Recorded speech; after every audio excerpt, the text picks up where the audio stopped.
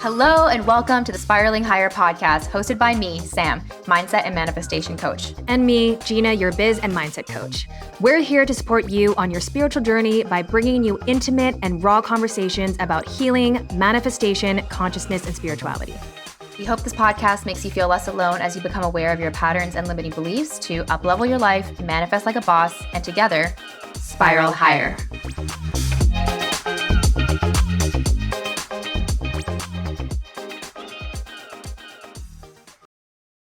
I couldn't believe how many people responded to episode 41 about breaking up with the hustle. That one was a really resonant one for a lot of people, including you. Yeah, it's interesting. We recorded it and it resonated with me then. And then a week later, I listened to it because I had to obviously check the audio, which, by the way, if you listen to that episode, the audio wasn't that great. Sorry. It's not great, guys. Sorry. We're working on it. We have an awesome new team that we're figuring it all out with. But when I listened to it again the second time, it almost resonated even more deeply because I was still detoxing from all of that adrenaline. And so it was really awesome to hear from so many members of our community that, wow, this is what I'm going through. I didn't realize that I was so addicted to stress. Wow, like, thank you for sharing these stories. I also, too, am realizing that my life isn't setting me up for health, right? Yeah. And so it's interesting because actually our next guest who we talk to, we really do go into what true wealth is, which is health. And so it's a great place to great place to leap from. Yeah, it was a good segue. And in this episode, we talk about how business is a spiritual practice, which again really ties in well with episode 41, because I think for most of us when we're working, we don't compute that as something that should be spiritual, right? We don't consider that as a part of the ecosystem of our spirituality, but that's really why I had my breakdown, was because they were so separate, right? In my regular life, I was doing all the right things. I was meditating. I was doing all the things in a spiritual way. But when it came to my business, I was still operating under a very, very old paradigm and an old pattern. Yeah. Yeah. And I think to be truly, truly fulfilled in like all the areas of your life, and if you are going to weave together your personal life and your professional life, which you will eventually have to in order to live an aligned life, there will be a service to both yourself and your consumers. You are not thriving if you are missing one of these.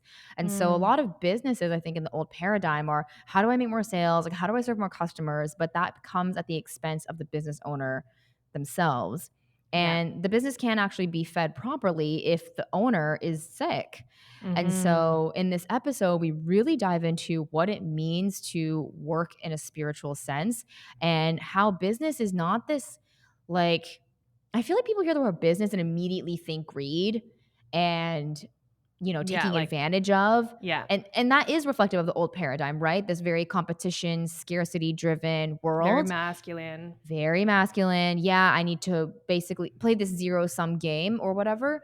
But now the new world is really ushering in this consciousness within the collective that is, when I help others, I help myself. When I help myself, I help others. And so if we can really form businesses that are win-win-wins, meaning that they're wins for me, they're wins for the company, and they're wins for the people who are engaging with the products or the services of the company, that's the only way to really determine true success. And we talked a lot about how even if you're not an entrepreneur, this is going to be a very helpful episode, even for you, because even if you're working a 9 to 5 or you're working part-time for a different company, you can still bring spirituality into your work. And how can you really fuse those together? Because it would kind of be like being spiritual with yourself in your own relationship with yourself, but you're not like that with your partner or your parents or your family members. Like, it should be, it should be on all aspects of your life, including what you do for work.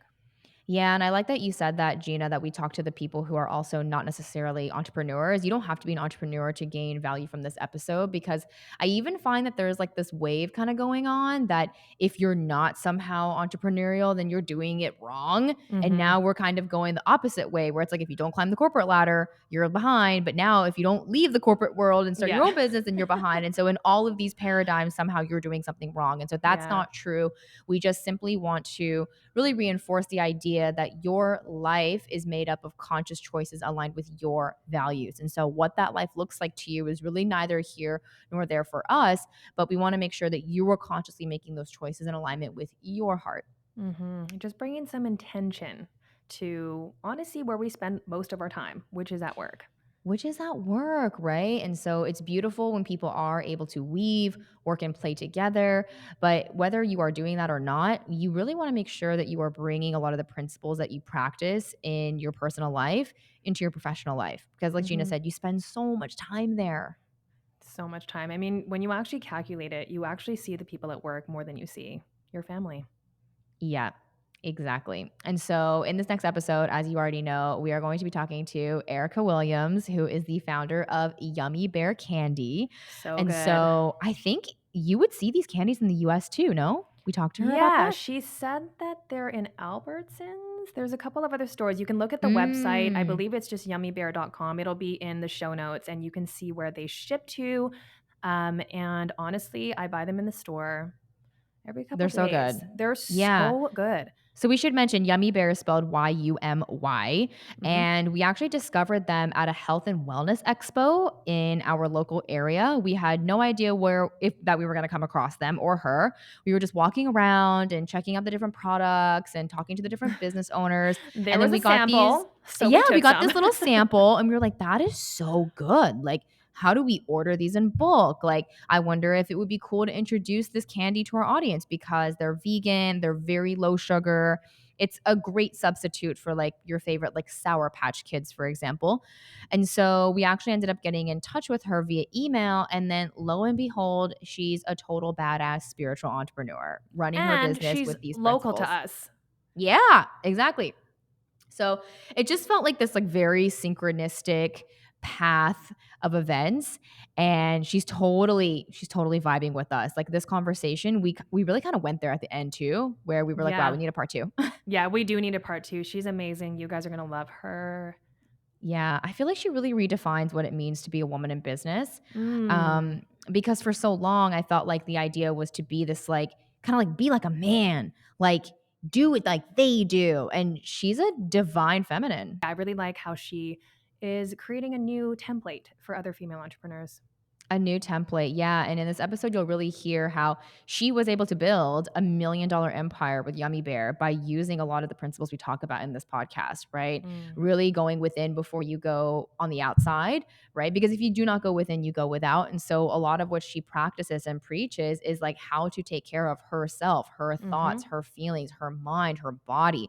All of these things are translating into the outward success you see in her business, but all of them start on the internal. And so I really love how she's totally an embodiment of that spiritual practice and the work. She's doing the work and it shows. And I think that when people are really committed to aligning with their nature, their inner spiritual nature, the outer has no choice but to respond.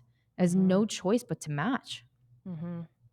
Well, listen into the episode. Let us know what you think, and if you haven't already, make sure you join our community and let us know your biggest takeaways. Yeah, it's awesome. We love the people inside of there. And we should also mention we host free monthly calls. And the next one Yes. is July July 30th. 30th. We'll mention that again throughout the episode, but we hope you Yes. tune into this one and that you enjoy it. And we'll see you on the other side.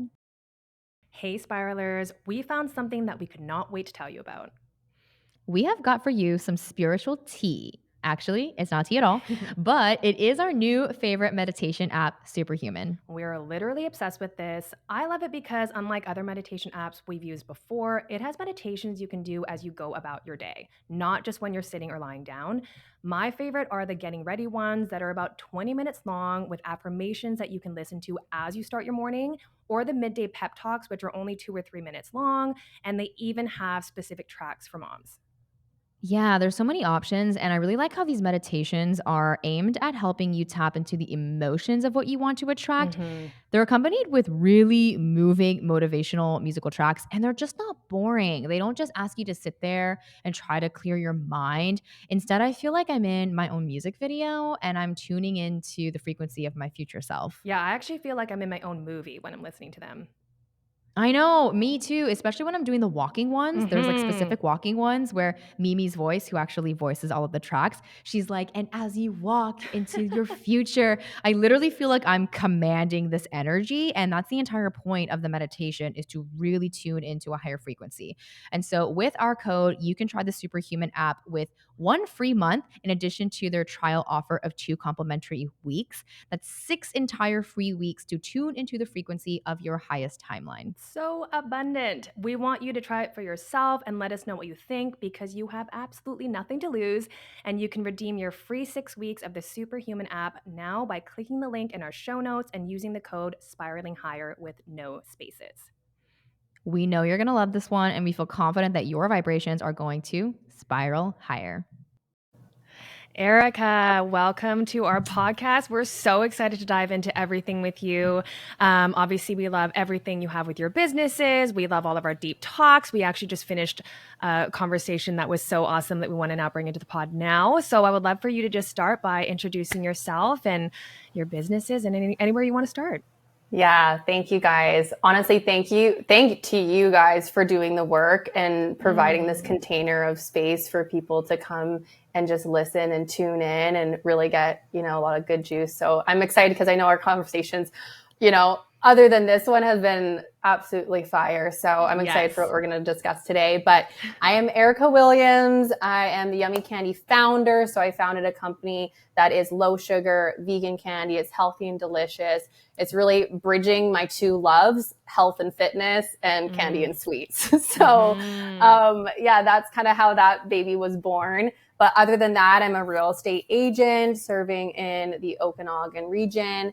And I've built multiple businesses. I was a sports health coach for a number of years. My background started in kinesiology. So it kind of came from like the sports and health side of things. I also did fitness competing. And then I was in the sports supplement world before I got into real estate. So I've had this like transition as I transitioned in terms of, my personal development, which transition into spiritual development. My businesses have changed and my work has changed. And I think that's so awesome for the conversation we're having today and like how people can transition throughout their life and kind of transform themselves. And then how does that look for their career and what they do on a day-to-day basis? Yeah. I love seeing that journey that you basically just created new businesses as you transformed into different things. And I love how you then were able to basically bring those thoughts and the experience that you were having within your own life into something that could be a career. I think that's so awesome. Yeah. And I think what's most interesting about you actually are all the things that you actually didn't just say. And I think that's the thing about becoming more spiritual is you begin to identify with things that are actually non-observable. And so what's funny is when we found out about Yumy Candy, we actually really just liked the candies and then wanted to get to know you, the founder and creator of them. But what we found so fascinating about you was that you were on a total journey and quest of spiritual development.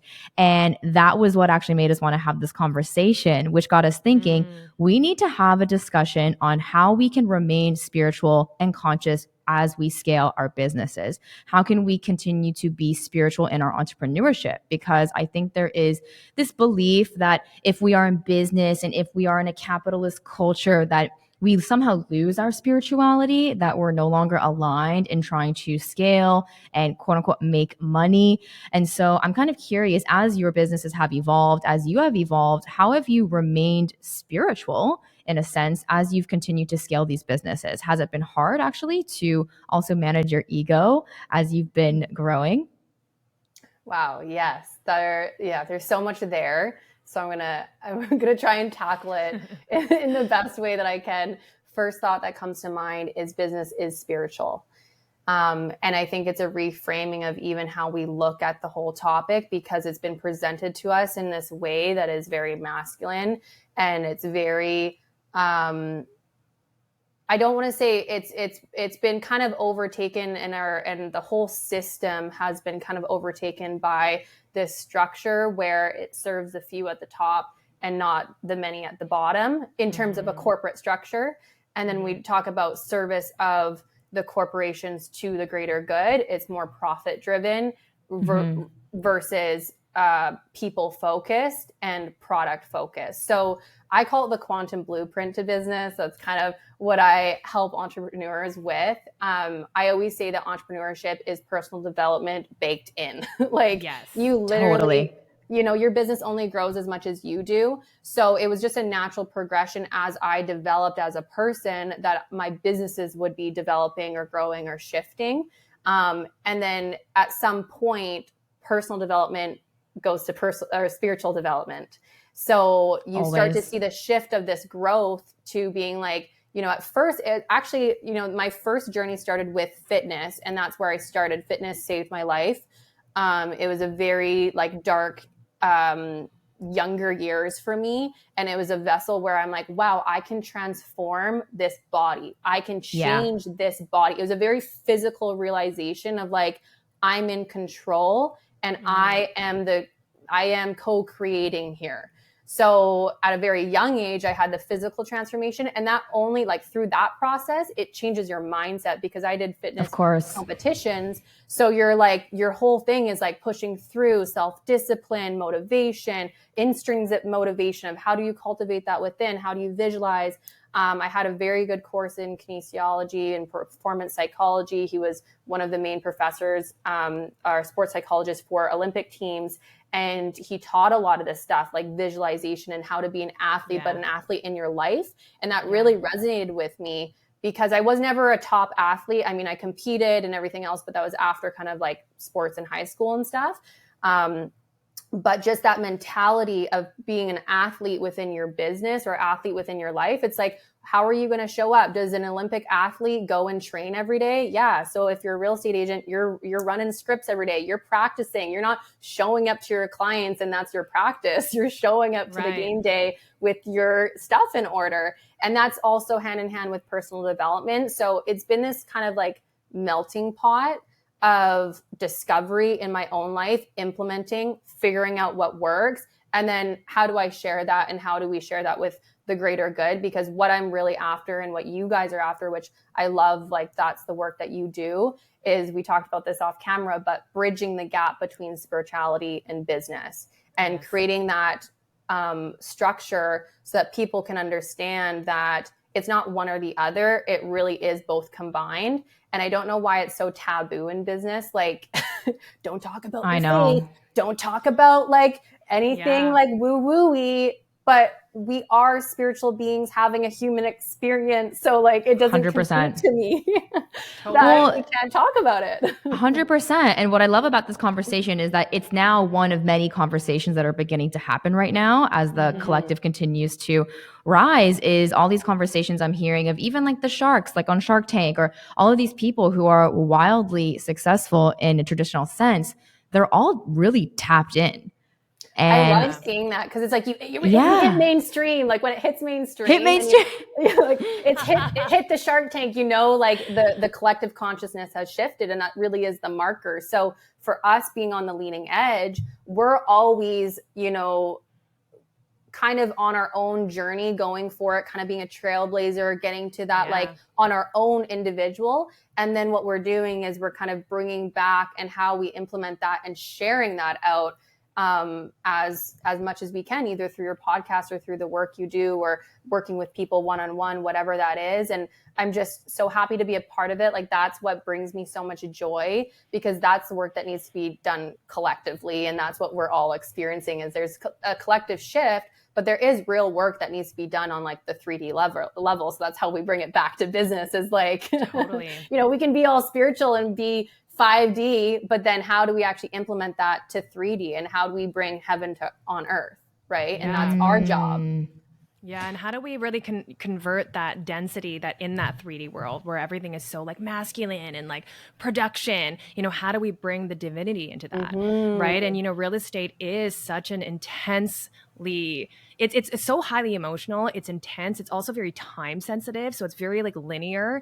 And so, in my own spiritual journey, I did find it was such a contrast, right? I'd be at home meditating, and then I go to work and I'm like, what's going on? What happened to this deal? And everyone's having a meltdown. And so something that I actually brought into my own team was, we started doing breath work and meditation in our team meetings. Like our team meetings now, like it should be starting off our week, not necessarily talking about numbers, but like how are we doing inside, right? Because if we're not nurturing our insides, like our being, then our business can't be nurtured, right? Like we are the water for our plants, like our business as a plant, but our water is tainted. And so we're just feeding the plant like poisoned water instead of nurturing and cleansing our water so that can be a more, a fruitful plant, right? You hit it. And I call it spiritual hygiene. Yes. Or it can be like, just energy cleansing, whatever you want to label it. But like we do that for every other thing in our life. Yeah. Why Our wouldn't we do apartment. that? Yeah. Yeah, like why wouldn't we do that for ourselves, and why wouldn't we do that on a daily basis? Like we all know that we bring on energy. You can tell when your spouse is feeling off or your business partner's feeling off, and you bring on that energy, especially empaths. And so for me, taking on energy, I really had to figure out, how do I get back to center? How do I recenter myself, especially with my own healing journey with chronic pain? So there's been a lot of layers to that. But what I wanted to bring it back was business is energy. And so on a fundamental level, we can go out and we can manipulate matter and we can use force. And I did this for years. I was like good at like hustle, grind culture, let's go, like using all my adrenaline and norepinephrine and caffeine stimulus. And I was just like jacked up all the time. And it really did work. Like it did help. But I always had this deeper spiritual belief and component that, always from very young. And in business, I started to see how I was forcing stuff, but there was something on the other side bringing things into my business that I had. Like my first listing was $7.5 million building in White Rock as a brand new agent. Like that doesn't happen. And I know what I did on my side of the fence. I know what I was putting into motion. I know what physically happened, but there was a 5D other side of it. And so that's what's got me curious, is like, what is that? How do you bring the right opportunities, the right people, the right timing into your business so things are in ease and flow? And so now my whole focus is business that is of alignment, ease, flow, presence. And that is like so transformational to me, because if an entrepreneur can be in that, your whole business changes. Not only what your day looks like and how you carry your energy and how you are with your team or whoever it is, clients, whoever, but your business grows in this sense of this ripple effect. Because I think we talked about this in our first conversation, but there's a toroidal field, right? Toroidal field is like the divine blueprint. I'm super into ancient civilizations and like technology. Bring it in. So we're just going to go there. But it is the divine blueprint. And anyone that's seen it, you can Google toroidal field. The human body has it. That's what we are. It's basically an infinity loop, and energy goes out, it circulates, it comes back in. The earth is it. And that is the business model. That is a quantum business blueprint. And so when we use these business practices, one of them is creating win-win-win strategies. We're always taught a win-lose. It's always in competition. Yes. Yeah. Why? I don't know why that was programmed into our consciousness. Well, I know why. Because of lack. Right? Like lack consciousness. Mentality. Yeah.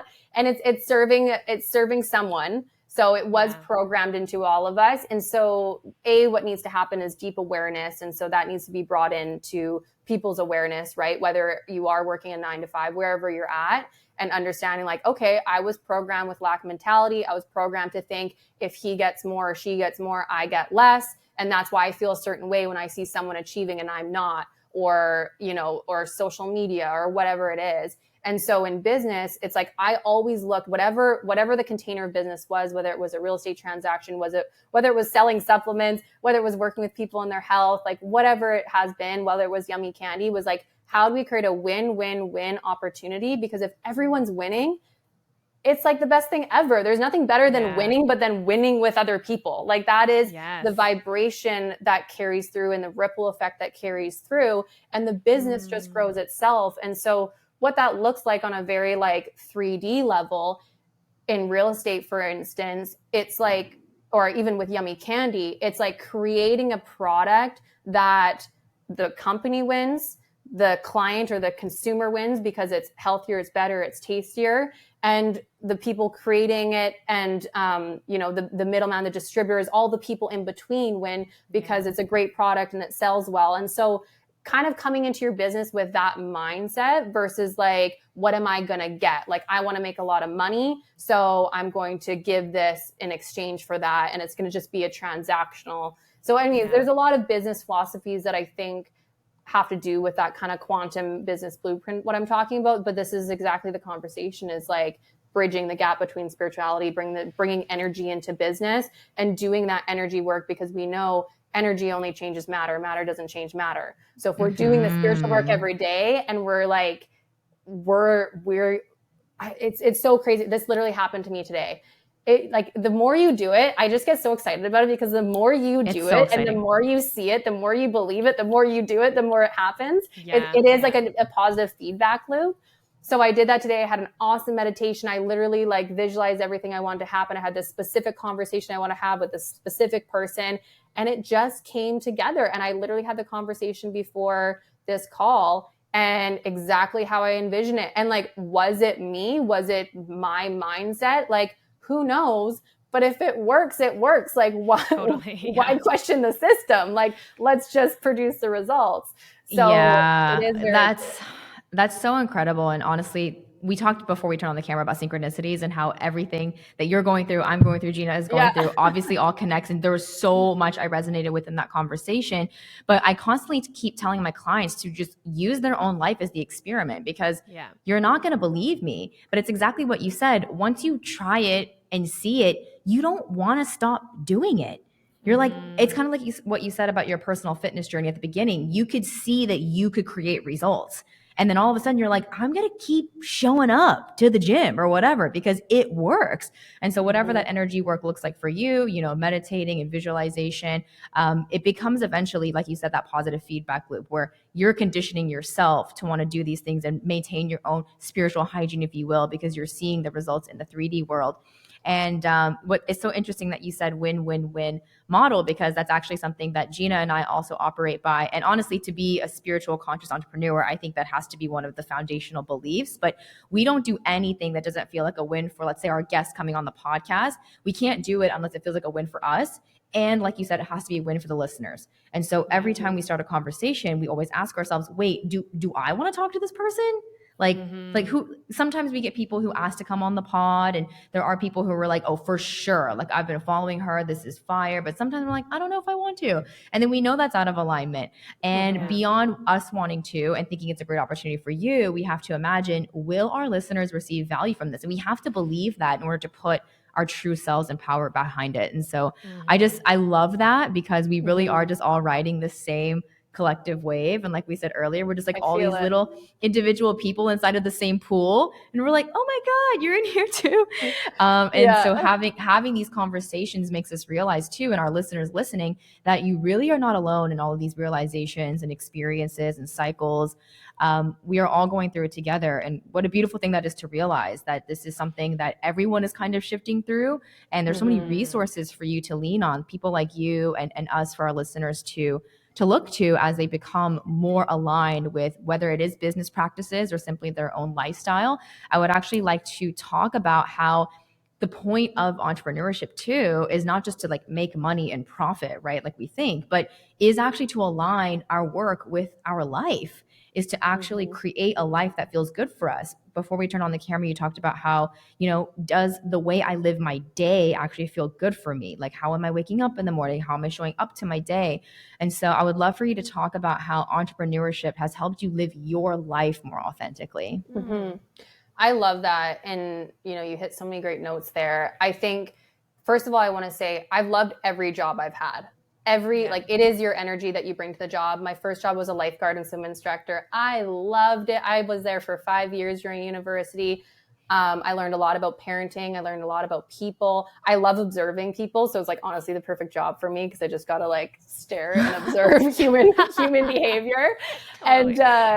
It was great. And so it's whatever energy you bring to your work. And if you align with that work, like, it was still in kind of the health and helping people in a sense. So if you can find meaning in your job, like, your job isn't everything about you. So you find something that works for you, What's bigger is your spiritual or healing journey and what you do outside of your job. And if you can blend the two, then that's the best thing ever. But if you can't, I know a lot of people that like, they do something that they enjoy for their job or they get meaning out of, and then they go home and they do their hobbies or they do their spiritual work. And like, we don't all have to become spiritual healers. Like, just because you're on a spiritual path doesn't mean like you may feel called and that may be your path, but maybe not as well. And so it really is just identifying that North Star, that inner desire, and going and listening to that, tapping into it, because we have been in a world that has told us to kind of shut down our spiritual senses and tune that out. And so a lot of people now in their adult life are starting to realize like, oh, I got disconnected, or there was because we were all children at some point and we were all imaginative. And I remember, lying in my bed and flying through my neighborhood, and whether that was real or not, it was real to me at the time. Can I do it now? No. But you know what I mean? Like, we all had these mystical experiences, and at some point that got cut off. So I think for us is, what's more important to me is understanding that we have a spiritual connection and be on that journey. And then how does that translate in your life? You can always bring enjoyment and fulfillment into what you're doing. And if you can't, then that is a sign of the universe to transition to something other or different work, or just maybe shift your position within the company. And then I went to a company where I was selling sports nutrition products all across North America. And I love that because I was talking to people. I'm a people person. So I love talking to people. I love health and fitness. It was really where I was at the time with my own personal life. And then after that, I felt the ceiling. And I'm a person of growth. So anytime I feel like I can't grow, I'm like, okay, like I got to move on. Like, this isn't for me, guys. So I'm like, so then I actually quit my job and I went into real estate, wrote my exam in 6 weeks. And I was like, boom, right into luxury real estate. And I had done so much work beforehand, but I was doing some of this energy stuff. I was kind of getting into it. And like I said, like the listing came up and different things. And then again, I transitioned into Yumy Candy, and now it's even other business ventures. So I think for people, it's just to understand, like, where are you at? Be very true to yourself. Be very true to what brings you fulfillment, because no one can answer. Everyone's seeking answers outside, and they're looking on social media to be like, what is she doing? What is he doing? Like, maybe I should do that. But it's not true, because even my brother, my sibling, like, we were raised in the same household. We have a lot of the same experiences. We're two very different people. We want different lives, and that's okay. Like, whatever, I always say, the best lifestyle is the one that fits you. So for me, there were certain things about the 9 to 5 that I personally didn't like. I like to have control over my time. I like to have control over my income. So there were certain things I started to identify within that, but there's so much valid in that I don't like to like put down a 9 to 5, because there's so much that people can get from that. And if you do know you're going to transition into something else, be a sponge. Use your 9 to 5 as like free university. So what I did when I was at that company, I went to every single department. I was like, tell me everything about your department. What is your job? How do you do it? Like, and I wrote notes and I took notes, and guess what? That helped me with my own company when I had to run a company. So there's so much value in a 9 to 5 that you can really use it to your advantage, even if it isn't your long term. So find those little pieces that you can do. And it's also, where you want to go with your life. I was always the person, like, I have a big vision. I have big audacious goals. So like, I got to move quickly. If something's not working, I'm like, I don't got time for this. I don't got a year to waste. Like, I'm on to the next thing. Whereas other people on their journey, they like might have a different goal than me. So they can take a longer time. They might have a career for 10 years and then transition. It might be a slower move, or their own journey might be different. So I just think like the comparison game can get very tricky. And that's the one thing that social media is really hard on. We were really the first generation to kind of get put onto social media. And now everyone younger like automatically has it. And I honestly feel bad. Like, my childhood was not with social media, and I love that fact. So now me looking forward into having kids, I'm like, how I'm going to navigate that, who's to say? I don't know. Stick them in nature for a while, but just send them to camp. Exactly. Well, there's some outdoor schools that I'm really interested in, but Anyways. Yeah, like a no tech That's camp oh, or that's an something. interesting idea. I'll have to ask you more about that later. But I love this conversation because something that you mentioned that I did want to touch on was this judgment actually of any person's lifestyle. And I am seeing actually a lot of spiritual ego in the space and almost like this, yeah, this lowering, this condescension of a lifestyle that is not consciously spiritual entrepreneurial. It's like that's not the only way to live your life. I think what we're really trying to say here is Yeah. create the life that is in alignment with you. For some people, that Mhm. actually will be their 9 to 5 job. I think that, or whatever it is, it doesn't even have to be 9 to 5 job. Maybe it's a 9 to 3 job, or maybe you work 4 days a week. I don't know. I just Yeah. want people to know that they have programming and that programming will fearfully tell them to do X. And sometimes people's fearful programming tells them to be an entrepreneur too. And they don't even realize that they're in Yeah. entrepreneurship fearfully. Some Yeah. people's fearful programming tells them to stay in a safe job with benefits that they don't really like. But the key here is to realize, am I in my job in fear or freedom? Did I choose to be here? Would I choose to be here? And I think that is the key because no amount of external success from either of those jobs or securities that you reap from them will actually make you feel fulfilled. And I've seen Mhm. so many spiritual entrepreneurs that are fearfully pursuing a scaled business. I even see clients who are already at 6 figures and they want to get to multiple 6 figures. And all of that feels fearfully motivated too. But the only true joy is knowing that you're showing up every day and you like what you're doing. You feel that it's important and it's aligned with you. And so Mhm. I think that is really important. Yeah, Yeah, I you love said that. that beautifully because it's the intention behind the action. You can go and build a Yes. 6 or 7 figure business out of this need to prove that you're worthy, out of this need Yes. to prove that you fit in, out of this, underlying like I'm not enoughness. And that's so many, type A high achievers, and that Yeah. was me for a long time until I dove into the personal development world. But or there's this option over here to do it because I know I'm enough. I know the value. Like I'm almost oozing it so much that I'm like, I just want to share. I just want to help people. My heart is in a place of service. And I think that is the spiritual process of like always checking where you're at because it is cyclical. Like it's not like you do a meditation and you're like, oh, I'm a namaste forever. Like, it's Yes. a constant progression and we're all human. And that's what I remind myself is like, I'm having a human experience. So to experience all these emotions, to experience the highs and lows of entrepreneurship, to experience the negative side of entrepreneurship, failed partnerships, failed businesses, the stress and the like, there was a lot of fire I went through. However, if I zoom out and I look at the whole picture, I'm like, if that's the fire I had to walk through, like it was a pretty good fire, like I lived a lot. I had a lot of memories, like the highs way overshadow the lows. And Mhm. entrepreneurship is something of like walking through fire. So I don't recommend it for everyone. I think it's like fitness competing. Like it's intense. It takes a lot of Yeah. self-discipline. Like it takes a lot of different skills. It will put you through the freaking test. It literally tests your upper limits of how much you can take. However, it's a beautiful process. You'll never grow more than through that process. And, to stand on, some sort of mountaintop and be like, I did this, like I created this, I brought this into physical form, I had this vision and I brought it through is such an amazing process. So for me, it's worth it.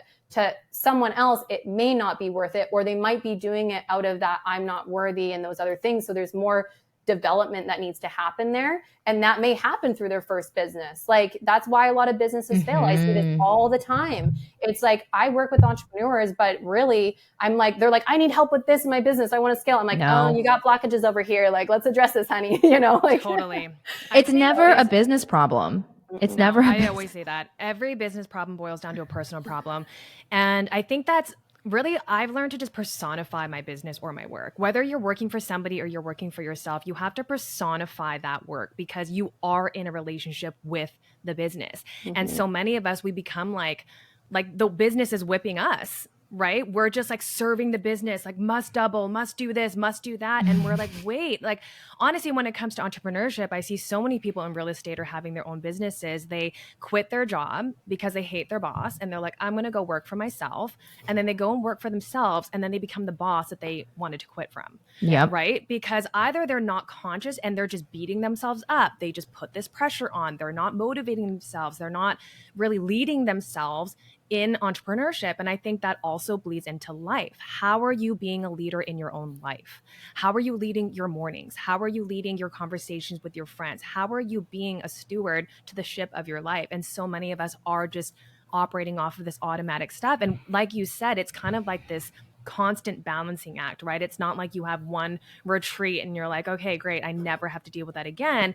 It is day to day, moment to moment, just like parenting, right? I think that you can also look at your business or your work like a baby. Like you kind of, your baby starts to adopt your traits, right? It's kind of like that nurture versus nature thing. And so like how are you influencing your business? And that's always going to be reflected back, right?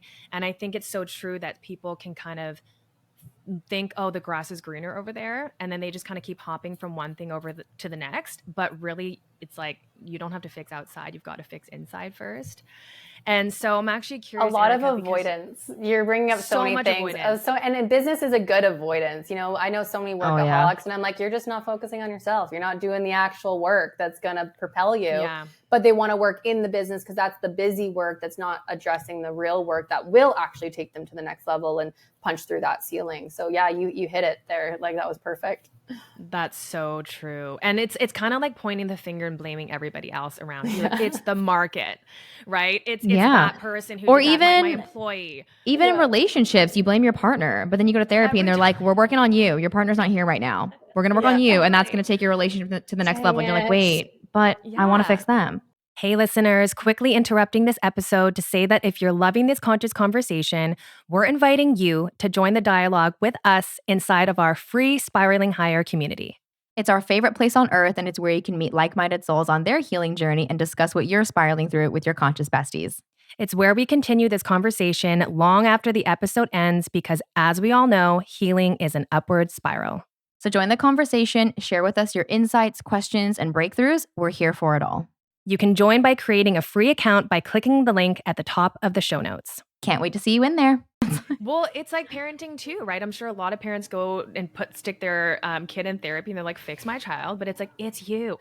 They're literally a mirror of you. Yes. And so the business is also a mirror of us. And again, same with the work, because I'm like you too, Erica. Like I've had a lot of different jobs. I've had a lot of different companies and I have loved every single one in its own season. But, reflecting back, I can kind of see the illusion I was under. And it kind of reminds me of like our ex-boyfriends. And you're like, yeah, at the time I really loved you. And now I'm like, why the hell did I date you? Right? From this level of consciousness. But at that time, it served its purpose and you were in it for maybe the right or wrong reasons. But that's really kind of the journey, I think, with our work as well. And now the work is, can you work in your job or in your business on purpose, right? Can you ask yourself those questions of, am I happy? And what even is success? I think probably the biggest game changer in my life and in my business has been really asking myself, what is success? How am I defining that? How do I know when I've quote unquote failed or succeeded? Because it's definitely not the money, right? And I think we've all had that conversation where you think you're going to get to this certain marker, sell this many houses, get this many clients, and then I'll feel better. But it's never about those things. And it's such a hard journey because you get there and you're like, wow, I still feel like total shit. But it's like the greatest realization because you're like, oh, like it's just me. And that's, thank God. I always say, thank God it's just inside, right? Thank God I don't have to go searching. I call that a Jim Carrey moment because I just love it is. I just love his, I mean, obviously I don't know him on a personal level, but we've all grown up with his movies and I just loved him as an actor, and then his spiritual growth later in life and just how society kind of trashed him for a while. Then we're like, well, he's not going away, so we better get on like the Jim Carrey movement again. And it's just like, it's that progression. And he says, I wish everyone could get it all so they can realize that's never what meant anything. You know what I mean? It really is your own personal journey. And so I break it down to 4 categories. There's finance and business, there's family and relationships, there's fitness and health, and there's fun and spirituality. And what most people do, that's what builds a foundation, like building a house, right? You got to have your 4 posts, you got to have your solid foundation. That's what you build your life on. And as long as you're building in those 4 categories, I mean, there's going to be times and seasons where you prioritize one or a couple over the other. But so many people in business, they have tremendous success and they get all this wealth, and then their relationship suffers. They don't have a good marriage. They don't have a good relationship with their kids, or their health suffers, and they spend the last, they have back problems and, headaches and chronic pain and all of this stuff. Or they're just not having fun anymore. There's no spiritual connection. They don't have purpose or meaning. They built this massive monster of a business, but there's no underlying, meaning or purpose behind it. So it's so interesting in business to look at people's past and understand what they've been building towards. And I think the scary, not the scary thought, but like this thought to me is like, you build for 30 years and then you realize you're building towards something that wasn't your soul's desire, that's kind of the scary thought. So for me, it's being okay with letting go whatever's not meant to be for me. And if that is letting go of a business or an opportunity or a position, that's okay, because I know my value as a person, as a human, as who I am, and my business will never be who I am. So many people get attached to their career. And this is something that we discussed in kinesiology, because so many athletes have this, this basically dissolve of their own identity after they leave the sport, especially the higher level you are, the higher the fall is, because you think about it, you spent all these years as a kid, you're told you're the best, you're told you're the best of your league, you're going places, you're going to be this amazing person. And some of them attain that, but they get an injury or something happens and they lose it all. And then they're like, who am I? Literally, who am I? I don't know who I am without this. So I'd be very careful of like what you attach yourself to, whether that's a person, organization, business, endeavor. Like you can always understand that like your business is the container of what you provide your value and your service through, but it is not you. And that makes you okay with detaching from it. And I also had to learn, like my whole journey has been letting go and detachment. Like that is, I think that's everyone's. I mean, even what you're saying, like I was a professional ballerina. And so much like the athlete, that was my first dark night of the soul, was leaving ballet and realizing that I exist separately from that, because that identity was added on to me and became a part of me so early on in life. And it kept being reinforced too by other people. And so leaving that behind was like, well, before you know who you really are, you're like, I'm not anybody anymore. Like you become so disillusioned. And so, I really identify with that. And I love that you said your whole journey is about detachment, because I mean, that's what the Buddhists have been saying for thousands of years, right? That you're not anything that you can, I know, you're not anything that you can observe. And so something I love so deeply about what you said is like, my business isn't me. Which is what allows you to actually move on from it when your soul wants to do something else. And I think also too, like our culture, it's so deeply conditioned us to basically sacrifice ourselves to continue hustling for what, I have no idea, right? But really it's this identity. It's like, but I have to keep my identity, and so I'll continue to sacrifice me and my soul for this identity, when that was never who you were. I know. And it's funny, like, so I mean, everyone's kind of waking up, and this is what I go back to consumerism, just with being in the CPG and grocery space, is like consumer choice is changing. And I always say, like, your money is your vote. And so when people start to change their vote with their money, exactly. It's like, that's when we start to see the collective shift.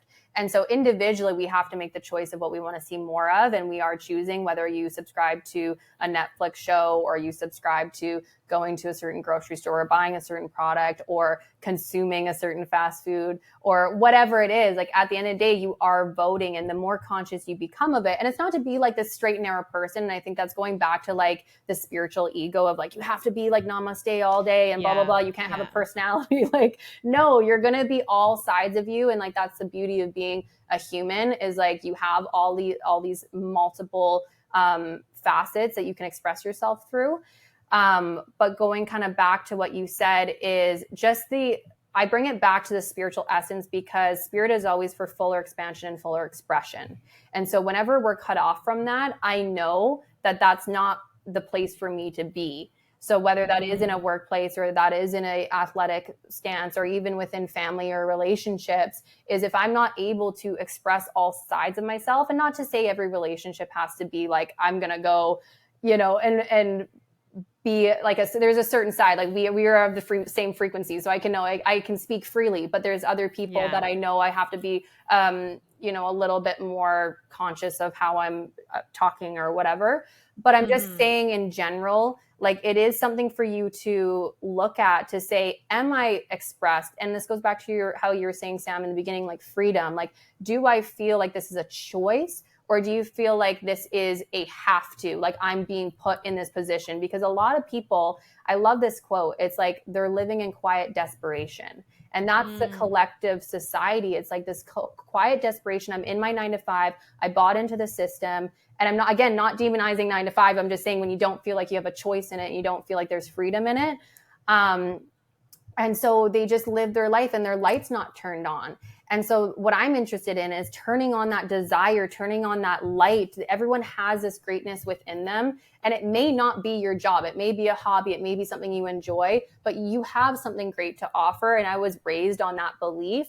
And I think that people slowly chip away and like reality sets in and like, oh, mortgage and kids and this and all the expectations of life set in. And people forget like, I am a spiritual being. I'm here to be fully expressed, fully expanded. So if I'm not at least reaching for that, it's never going to happen for you. So I attribute the journey of spiritual growth and business can be put together. It can also be two separate silos of your life where it's like, I got fun and spirituality over here. Okay, what am I doing this week for that? And I got my business and finance over here. What am I doing for that? Health and fitness, family and spirituality. So really breaking it down into 4 categories can help people to identify like where they may not be putting their focus anymore. Because I think just in general, like people forgot kind of how to have fun. Like, oh my God. And yeah. it's such a spiritual thing when you really think about it. Like laughter is the best medicine. So when you find those people that you can have fun with, when you find these people are like, that's your tribe, that's your people that you want to be with, like that's where my energy goes, because I'm like, best case scenario, I'm building businesses with people I truly enjoy and I love their company and we're of the same frequency. And better yet, we have hearts full of service and we want to help the collective and we want to help people. So it's like this whole thing. And then that builds into the quantum business model of if you are doing all these things, it will just happen, a ripple effect. And that's how it becomes a massive, huge success. So if you just look at it, like it's so simple in my mind because like there's this business model over here, which is like, what can I get? The mainstream version of it. We got the lack version. And then there's this process over here. It was like, just follow your desire, help the greater good, lead with the heart of service. That comes with work because obviously we got bills to pay and you're like, okay, am I going to make rent or am I going to make my mortgage or whatever else? Like that can still seep in. And then you have to jump in your own personal journey. But there's this whole other blueprint over here. So I think that's what we're all talking about is bridging that gap, bringing it together, creating tools so people can be on that journey because there's nothing new under the sun. People have gone before us. They've done it. I follow so many amazing entrepreneurs, so many amazing people that are super spiritual and you may never even know, but they have amazing products, amazing businesses. And so the mere fact that it can be done, it's like you just got to choose how to build your business, how to build your life. Are you consciously doing it? Are you co-creating with the master creator? Or are you just kind of doing a happenstance by byproduct, whatever comes my way is what I'm going to happen kind of thing, right? So it is a choice. Yeah. I was going to say, I think we're both like, one of the things that I've started to transform in just like the way that I think about things and the way that I operate in my life and in my business is prioritizing energy before strategy, right? Because most people in business, they just think strategy, like how do we make more money? How do we get more clients? How do we get more this and that? But you're not thinking about the energy at all. And even when it comes to money, so many people are budgeting their money, but they're not budgeting their energy, right? They're leaking everywhere. They're doing things that are very energetically expensive. But when I started to prioritize energy, that's when you start factoring in fun, right? That's when you start thinking about, how does this feel? Am I actually enjoying this? Do I feel depleted? Do I feel like this is replenishing me? And then, like you said, success follows, right? I always say that if you chase success, happiness isn't guaranteed. But if you chase happiness, success is you've already done it, right? Because aren't we all doing this to be happy? It's in the And it's like, means, not the You end. brought up such a good point. There's two things. So first, when I was in the bout of like my worst of the worst, most stressed, most chronically in pain, like deep, dark, sometimes I could literally just cry and be in the shower, or like, you know what I mean? Like that was like as bad as how much pain I was in, and it was stress induced. What my main thing was getting up in the morning, sitting on the couch, and I am not going to move a muscle. I'm not going to open my eyes until I am blissfully happy. And it was such a hard reach at first, and I had to climb the emotional scale, and I had to go to the next frequency, and then the next and then it's like anger. Okay, I can reach for anger. Like, yeah, I'm mad. Like, let's get angry. I can't reach for bliss right now, but I'm angry. And then it goes to empathy and an understanding, and then it goes to, you know, I can feel love and compassion, and then I can get to eventually bliss. And if you can get yourself in that state, even for 5 minutes, and believe me, I don't do it every day. I'm not a perfect person, but like, I just found that like that was the secret sauce. If you can be blissfully happy, and it's almost like not buying into reality, because in all reality, my life was like falling. But I'm like, if I can be happy when my life is falling, then what else is there? Like, I know everything's cyclical. I know it's going to come around the other side. And when it does, I will have been happy during my worst times, and I will know how to be happier and enjoy the high moments, because I'm not under this anticipation of things are going to fall again. So that was really key for me. And if the listeners want to put that into practice, it's very simple. Like 5 minutes, close your eyes, cultivate that feeling within yourself, tap into it. It's just a frequency. It's just a feeling and emotion. And how I do it is I think about my relationships. I think about my dogs. I think about everything. I bring gratitude into the moment. And it's like a tornado. It's like a vortex. You're spiraling upwards, which is so synchronistic with your spiral higher. But you're spiraling higher, and that's what you guys do, right? And then if you can find someone in your life that can do that with you, which is probably you two together, it's me and my girlfriend and business partner, it's me and my husband, and it's like you're able to okay, so there's a fun game I'm going to leave you guys with. I don't know, have you played How Good Can You Get? Oh, I love that game. Yes. Yeah, that's an Abraham game. Yeah. Yes. Okay. So that's something that we play all the time, and it's something you can bring into your business, because so often we come together in business and we talk about the problems, what's going wrong, how do we fix, and it's very logical. It's bringing us into a lower frequency. So what we're talking about here is, how do we stay high frequency? How do we bring high frequency into business? How do we keep that frequency throughout the day? Because that is what manifests and brings the right people, the right deals, the right situations into our business, and ultimately grows our business for profitability. So there's things that you can do. Laughter is amazing. Being around people of high frequency, putting music on in the office, having these breaks where you have meditation, playing How Good Can It Get? And the biggest thing for me was doing that process in the morning, because it almost felt like it was like a centering, a foundation. And then throughout my day, things would happen, but I noticed it wouldn't really affect me as much. It's almost like I got off the roller coaster of entrepreneurism, and I'm like, I'm not going to ride this ride anymore. I'm not going to be on the emotional roller coaster of entrepreneurism. I'm going to observe. I can look at the ride. I can appreciate it for what it is, but I'm not going to be on it, because I'm just enjoying the theme park. Like, I'm chilling. I'm here. I'm blissful. And like, the ride might be going up and down and twist and turvy, but like, I'm okay.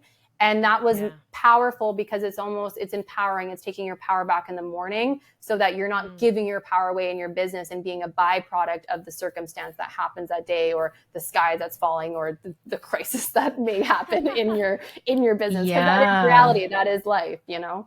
Yeah. I think this is so powerful because like you said, you're taking your power back. You are choosing and creating and integrating and grounding into your energy. You are not letting the outcomes and, passing and goings of the day to dictate that. And I think that's how so many people are living. It's very outside in. It's like, I let the outside environment tell me how to feel. And so when I wake up and let's say there's like less money in the account or like whatever, like you said, earlier, the market is doing whatever it's doing and interest rates. Okay, well, now I feel bad. And so you're always then behind the eight ball. Your energy is always being dictated by something largely outside of your control. And that's how you feel like a victim to life. You're like, I can't control anything. I'm always behind because you're always behind something that you don't have any energetic control over. Like, how distressing is that, right? But I love that you said how you choose your energy for the day and you wait until you feel a certain way. Actually, Joe Dispenza's whole thing is about that. He's like, I ask myself, what is my highest self-expression? And I do not move until I know what that looks like. And then I act really from that place. me. Yeah. He's tuned in, obviously. Tuned in, Abraham. Like, there's people that have gone and done it. And I think for the listeners, it's just a choice. Do you want to do this work? Choose your heart. What side of the fence do you want to be on? It really is a choice. It's like anything else. There's going to be work towards it, but it's a beautiful process. And at every moment we can bring fun into it. And that's what I try. Like, so much in business, we get so serious and we're like, all right, what's the numbers? Let's crunch them. Like, we just talked about this. We were like, it's not that serious. Like, it's fine. Earlier I was thinking of something as you were talking about the frequency that you wanted to get into and spiraling higher. And I tell people that abundance is a frequency, not a destination. And it's such a lie and an illusion.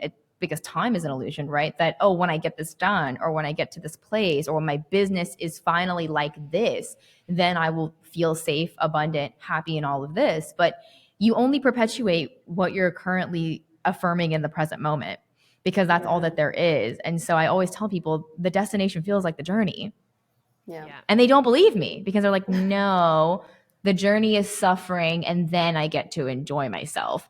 And it's sad because that's what the current blueprint says, right? Yeah. That's what retirement is. And it's crazy because I tell basically all of my clients who work with me, we break up with the idea of retirement altogether. I'm like, no. You don't retire from the thing that you absolutely fucking love to do. Like, there is no point in time that you just like stop wanting to do that. And there is no point in time when you just stop wanting to help people or like stop wanting to be creative. Like, that's made up. And they're like, what? And you bring up such a good point because that was my whole journey with kinesiology was human optimization. And I never understood why, like, you go to the doctor and they give you some tests. You're like, you're in the normal. And I'm like, I don't want to be normal. I want to be optimal. I want to be at the highest. And there's actually science. So now even my business endeavors have shifted and I'm shifting totally towards regenerative sciences, scalar wave technology, healing centers. And I'm super passionate about all of that. And when you talk about retirement, it even brings up the aging process in general, like cutting edge science. Aging is a belief system that we've bought into. 100%. And if we want to take it to the real extreme, like if we want to go deep, death is a belief system we've bought into. So this whole conversation, and I don't know if we have time for today. Maybe this is a whole other conversation. This is like a part 2. I think this might be a cliffhanger we got to leave him on or something because we could go in on this topic. But this is something that I'm super passionate about tackling. And I think there's so many conversations that needs to happen around this because if we really start with the end in mind, and if there is no end, like I tell people straight up, I'm immortal. I don't really subscribe to age. So when people ask me my age, I usually say like 97 or I'm like, I'm immortal because it's just not something that I want to subscribe to because I'm telling your cells are listening. Your cells have the ability to listen to everything that you're saying. So it is a programming. And when you become more conscious and more aware, you start to realize of all this programming that you're like, a couple years ago, that wasn't even my consciousness. I wasn't understanding. So I would, say my age, I would go into it and all the things. But then that is a subscription. So the new philosophy is unsubscribe for everything that you don't want to do. If I don't want to age, I'm unsubscribing from aging. I'm going to look this way in the next 50, 100 years, So you know what? You really get to stretch the boundaries. I'm Yeah, telling it's you, this very this fun. conversation has been the definition of synchronicity because these are all the conversations we've been having. But I recently had my EFT practitioner inside of my program, and we had a mind-blowing conversation about exactly this subscription to aging. And what we asked everyone in the group was, how old would you think you were if you didn't know how old you were? And all of a sudden they were like, what the fuck? Like, I've never thought about not knowing how old I am. And then it was this whole thing where it's like, okay, well, like years and numbers are made up. I'm not saying that this isn't a mathematical universe, right? But, you know, the idea of 30 and what that means and that it's older than 29 or larger or whatever, it's like, this is all what you're telling your body to kind of respond to. Like, you are older or you are appearing more age than, let's say, 25. And so the way that people started answering this question was, you know, just based on how they feel, right? And a lot of people said, like, I feel like I'm still like a teenager. Like, I still feel, you know, like if I were to look in the mirror, I would think, like, I don't know, she's like 20, right? And so I haven't been subscribing to actually my recent age change because I'm like, that's just a belief. Like, So that's just, they did a study and they took 50-year-old men, they put them in a university and they said, you are going to act and think and talk like university students for the next month.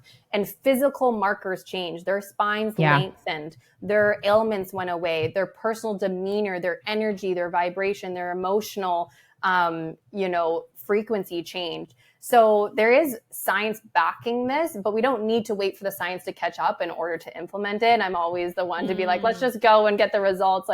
We'll figure the science out as we go. But the thing is too, like with that whole philosophy, even going back, I love studying ancient civilizations, and the Bible, it has people living to 300, 500 years. It's documented, and people can say, oh, time was different or they calculated different back then, but really it comes back to scalar energy. So scalar energy was higher back then, and we are not being charged at the level that we were charged back then. And there wasn't also there's not that spiritual connection that they had or were practicing, or a group of them were practicing back then that we are practicing now. Not saying it's not possible for us now. We just don't have the awareness and we're not implementing it. Yeah. So this is like talking about the upper end of, not end because it doesn't end, but like the next level of the spiritual journey that I'm on and bringing into consciousness, and that you guys are on and bringing into consciousness. I always like to bring it back because there's still some people that are like, okay, whoa. Yeah. What are you talking about? I don't have to die. What are you talking about? I don't have to age. Like, what's going on with that? But just knowing, like, if you can implement these small things, and you can, like, even just a small example, because we're all just talking about subscription of beliefs, commanding your vision into reality, bringing your dream into reality. Smallest example, but I'll just say it. My emails. I hate going through all my emails. It's just a task. It's a 3-day task. And I'm like, oh, I have to do this. Like, I got to get through them. But I will be like, you know what? No, I'm going to change that reality. My emails, there's going to be very minimal today. They're all going to be taken care of. Before I even get to them, they're answered, done. And the days I do that and I command that, I will, no kid you, like, I have 3 emails to go through because all of them are like, oh, that was taken care of. This person called me instead of I having to track them down. So people can put this very much into practice. And then as you build your belief and you see the results, then that's when you can start shifting it into like these other things of not subscribing to age, maybe the journey of, what we're kind of talking about now. But bringing it back to like the whole business sense is like, play with it. Like the universe wants to play with you. And we forgot play since we were kids. And if we can bring fun and laughter and playfulness back into business, like that's where the magic happens. That's where the synchronicities lies. And that's what I feel with you guys. Like our conversations, they've been playful and energetic. And that's when you make the best work. That's when you're most creative. Totally. Right? Well, because there's no limits, and there's just endless options. Like my daughter creates like a new business every day. Right now she's a private investigator. She charges $1 to solve crimes. I'm like, girl, you can up that. Know your value.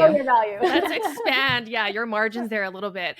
Just the time that you have to spend. But she creates these business cards. She wants to create a website, and then the next day she wants to create like a music label. Then the next day she's like a pet babysitter, and there's no limits. She just keeps on thinking of new ideas. But, you know, I witness myself when I want to create something new. I'm like, well, wait, I have to like create a 10-page, 10-year business plan. And, you know, who am I going to hire and where this is going to go? And, you know, kids don't do that, right? So even bringing in that childlike energy and going back to the whole no aging thing and what we subscribe to, even that's an option that we don't think we have, right? I actually watched an Abraham Hicks video, and it was a senior man. I think he was in his 60s, and he was basically expressing how he doesn't have as much energy. And Abraham just like wasn't having it. Like they were like, you have infinite energy. I love her. Yeah. Like why She's like, because no. you're 60 do you not like, yeah, like no. And then he was like, wait, I do have energy? And she's like, yeah, you do. And I needed to hear that because I would be so tired in the mornings. I would have these headaches. And then once I knew, oh, there's an option to tap into infinite source energy, it's like, oh my God, I have so much energy now. It's like, it really just is. You don't even think that's even an option. That I just feel like shit today, and this is how it's going to be for the rest of the day. Even in all categories, like people don't think total health and vitality and feeling good all the time with no ailments exists. People don't think true abundance and prosperity and having your wealth exists. People don't think that an amazing, blissful marriage and being totally in love and romantic with your partner for years and years on end exists. Like, it's all a programming, it's all a subscription. And it's just being very careful of who you listen to. And I like to choose people, again, like we're all talking about Abraham, like choose people that are emulating what you want to be and identify with them and figure out the solution. And we're all here to work with people. We're all here to show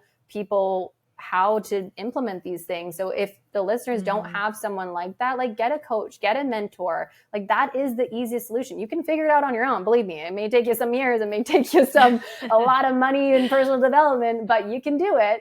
I'm just saying there's people that have gone ahead of you and done the work. And if you can fast track, like I'm all for not reinventing the wheel and just optimizing it, you know? And it's all about too, like honestly, just putting your ego to rest in order to reach out for that help too. Because I think something that held me back for a long time was like, no, like I'm smart, like I can figure it out. Like I know things. Don't you know I'm a high achiever? Don't you know? Yeah, totally. Like kind of like, well, like who are you? Like you don't know more than me. Like I'm not going to pay you. But then I was like, you know what? Maybe they do know something I don't know. Yeah. Like maybe that's also true. And it's a signal, like I had to reframe, like whenever I put money out, it's a signal to the universe of how abundant I am. So if I pay X amount for a mentor, I'm calling in that and I'm being open to receiving it because I'm open to giving it.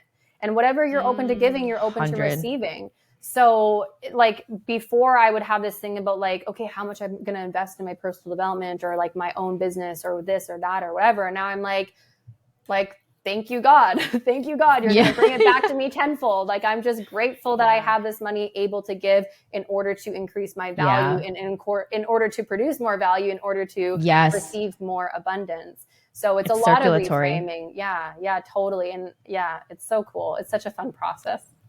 This whole idea though of like, I already know this. It's so funny because we go through it over and over. I know. It's like, I already know this. I already know this. But I'm really just trying to divorce from that thought even because you do and you don't, right? And who cares? And I think that a lot of times a coach does need to tell you things that you already know because the way that you listen to your own inner thoughts versus a coach, it's so different, right? We listen so much in such a different way where we have open ears and also the delivery, the timing where we're at in our journey. And so I think that, you know, if we were all coming from the school of thought of I already know that, we would not be where we are, right? It's because we invested in people to tell us things that we already knew, maybe in a different way, in a different delivery. And sometimes maybe it's in the same way that we've already said it, but we need to hear it again, right? So I think that, again, that's the ego, not wanting to change the program. And like, don't learn that again. Yeah, and I love that. And I think that's almost like keeping the ego in check because the ego is not a bad thing. It's only when it gets it's out of balance with your feminine qualities or feminine energy and openness and understanding and just being, you know, like so open to receiving information, because the ego has gotten me a lot of places. And I think the ego is great. I think some people need more ego because they're so not confident in themselves that they're like, oh no, like they're a doormat because they just like, oh no, it's okay. And then it's like, well, know your value, step up, like say it with your chest, So it's like, it's individual to everyone and where they're at in their journey. Then we have people on the other spectrum that are like too much ego, and you're like, you're too abrasive to be around. Like, I can't even be around you because it's too much and it's too masculine energy. So I think it's like, there's a lot of self-awareness around the ego, and it needs to be done in a non-judgment container, or space, so that you can be like, okay, where does the ego serve me? Serves me in business like this. Doesn't really serve me in my romantic relationship because that causes fights for no reason. So I had to really like, femininity in business is a whole other thing that I think we could talk about, but understanding when my masculine qualities or my ego provides tremendous value, and understanding when to rein it in and tap into these other parts of me, which is more feminine. And I think as a collective, that has been the shift that a lot of women are making, is tapping into their feminine, because it's been so suppressed for so many hundreds of years. And when the divine feminine comes out, it brings out the divine masculine and the divine union, which I so much love, because that is the shift that's happening, and it allows men to step up into places that they haven't had to in the past. And that's also happening in the business world, which I'm so excited to see that shift, because not only do we need feminine women, or divine feminine, sorry, I should say, to step up, but we need the divine masculine to step up. And that is the collective shift, right? And we all have masculine and feminine in us. So I'm not saying that it's like, a he versus she situation. I'm just saying that a lot of women that excel and they're high achievers, they tap into their masculine energy, and that's what gets them tremendous success. And then when I'm like, wait, so I don't want to be super masculine. Like, I identified as a tomboy as a kid. I'm like, it's only because I had an older brother. I wanted to fit in. Like, I like being pretty. I like dressing in dresses, So it's like, it's rediscovering all these parts of yourselves. And I think that's why you're like, it's okay to be like, oh, I know this, because down deep, we all know a lot of things, because the truth is a resonance and it hits with us. But at the same time, it's being a sponge and being open, and like, the best teachers are the best learners. So why would I cut myself off of these opportunities to learn? And that's actually the smarter choice when you really boil it down. You're like, why wouldn't I want to learn from people? Why wouldn't I want to learn all the systems? And then maybe if I can optimize it, I can add my own flair, my own sense to it. So it's so individualistic that it's like, don't demonize ego, but the ego out of check could be too much. It's all of those layers to it. And so I think that's why mentor and coach is so valid, because it's not like this, like one fix, if there's a one fix, like everyone would just provide a solution and everybody like, wow, I'm good, I'm done. But a real coach and mentor is there as a guide to identify and to, observe, and to say like, this is what I see. How does that resonate with you? And then it's your job to implement. And then you are your own best guide. So it's almost like this nice relationship that can happen, that can expedite all the process and all the energy and all the heartache and all the efforts and really bring you to a place of just living your dream life. I think that's what we're all after.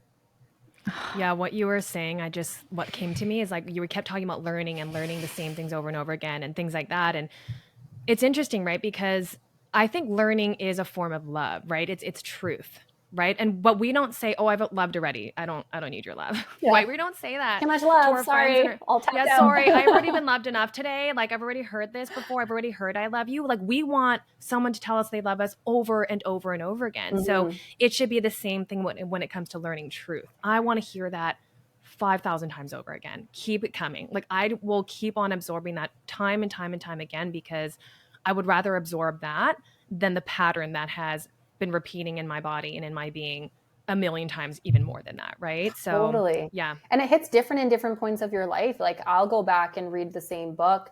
I mean, I don't do that often because of just time, and I have other books I want to read. But like, I remember rereading a book, and I was like 10 years later, I'm like, what? Like, I did not get that the first time, because your consciousness shifts. So, and even what I'm actually interested about too, with going to Egypt is like you going to different places physically changes your energetic blueprint and your DNA so that you can absorb other information. So it's like even putting yourself in different environments can change you to the sense where different things resonate. So you could come back and get something from your coach and you're like, I did not get that before, but I've had this journey and now I get it. Or now it resonates. Now I'm ready to tackle this. So yeah, it is very interesting how that all works. And I think the more you can surround yourself with just good people on the journey as well, like that's why I love just chatting with you guys. It's so fluid, it's so natural, and we're all on our own individual journey, but we're all cohesively like on this collective soul journey. We're in the same pool. We're in the same pool. Like, did you pee? No, I'm just kidding. This has been honestly so high frequency. I can't imagine anyone being in the room with us and not automatically feeling their vibration rise. I mean, for me, this entire conversation, I just feel like bubbles of like carbonation, just like floating up to the top. There are a million things I could say. I kept wanting to like paying off of what you had said and like, but then I'm like, you know what? There's just going to have to be another time and a place for this, because I think it's a lot, honestly, for our listeners to digest. Like they're probably still thinking about, wait, death is a belief system and I don't have to age. What? And also business and entrepreneurship being weaved in with spirituality. These are honestly conversations and topics I have been thinking a lot about. And even what you said about going to different places. I went to Korea and all of a sudden I energetically was not in alignment with what I was kind of planning to do before, and like totally changing course again. And I'm like, initially my ego was like, what? Changing the course? Not controlling situations? I don't understand. And then it just brings you back around. It's like every single little point in your road keeps giving you an opportunity to recalibrate, which is what Abraham would say. And so I know we could talk for another 4 hours, but I did want to ask you our final question. Obviously, you know that we are the Spiraling Higher podcast. And so what we like to end with is asking our guests, what is the one lesson or theme in your life that you have had to consistently spiral through? Yeah, I love that question. I think I just have to go back to my answer before, letting go. And the nature is to control. The nature is to just have everything figured out and to and so much of that can hold us back. And so I've really had to let go, surrender, and that is a divine feminine. And at the end of the day, I bring it back to faith because I am faith-based. And I've just had to, pretty much be like, whatever is the plan, whatever is the master plan, here's my plan, here's my blueprint. But I'm going to surrender it and be open to receiving what's even better coming my way, what's meant for me in this lifetime, and what's serving the greater good. So it's really been a journey of letting go for me, for sure. And I'm sure that's a lot of people's journey. Yeah, let go and let God. Yeah. That's right, people. That's right. Amen. Oh my gosh. Thank you so much, Erica, for raising our vibration, for raising our listeners' vibration, and honestly showing up in such a beautiful, authentic self-expression. I think that everyone after listening to this would have an idea of how Erica feels and what she embodies. And that was really what we wanted to make contact with today. And so thank you for allowing your businesses to bring us together, but really for allowing your heart to connect us and help us co-create. This was such a blessing. Thank you guys. You guys are amazing. I'm sure this is of many of more, but just thank you for the work that you're doing and spreading this throughout the world, because it's truly, truly needed. Oh, we're so grateful. We can't wait for part 2. Part 2. Thank you, Erica. Bye.